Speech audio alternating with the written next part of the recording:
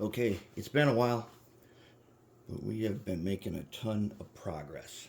So, one of the things we got to do, these air tanks here on this guy are going to be a no-go.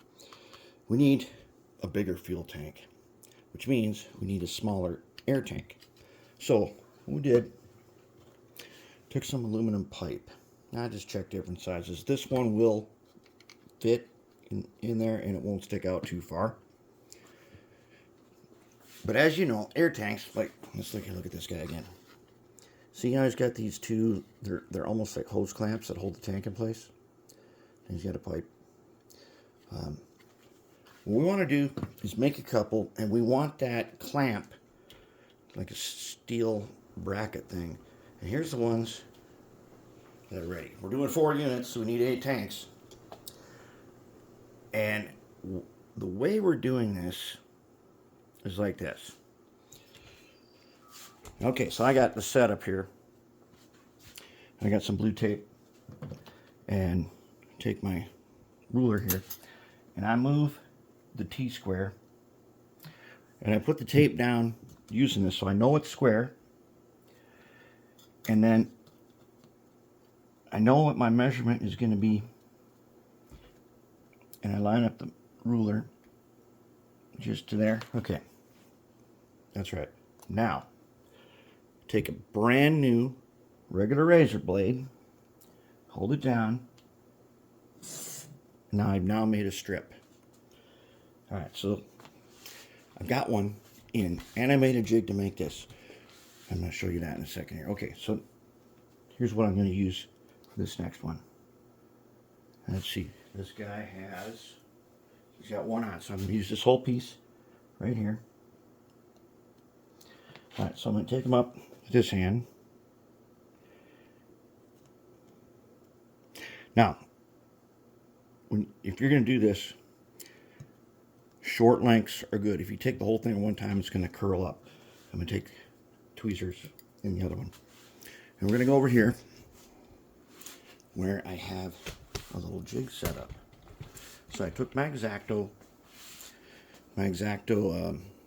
miter box. I put a piece of aluminum in here and clamped it in place at exactly the right, so that they're all going to be the same. So now I'm going to take this guy, and it's hard, but I'm going to want to get him right up here, and I want to get him straight. So we go in here, and then we reach that part where we got to get this guy past, and I want him to stay straight. So I'm going to hold that guy, wrap him around, and they're going to touch just like that.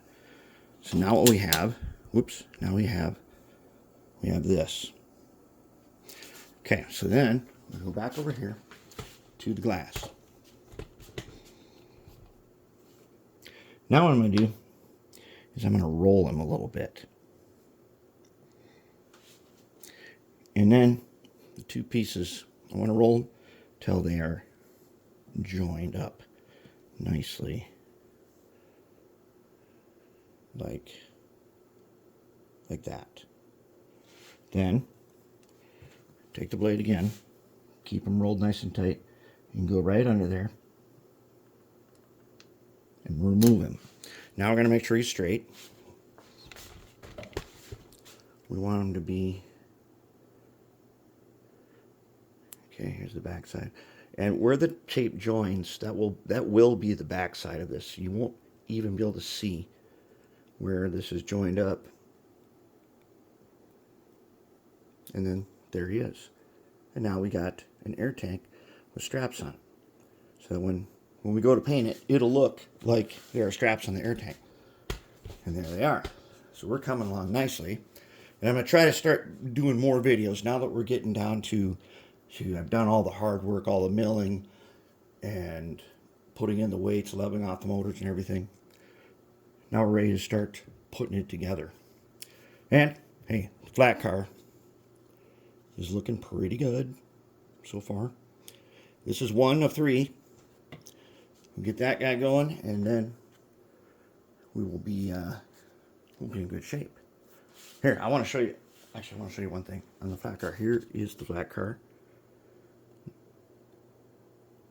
Okay, this flat car, one of the requirements, it's got to have a textured surface. So that's what I did. I used my Cricut and made a textured surface all the way down the deck. But we'll get into the flat car more later. Right now, I just wanted to show you. See, now I got all these air tanks. I'm going to put some jewelry wire on the end. It's going to look like a pipe, and then I'm going to baking soda and super glue it in there.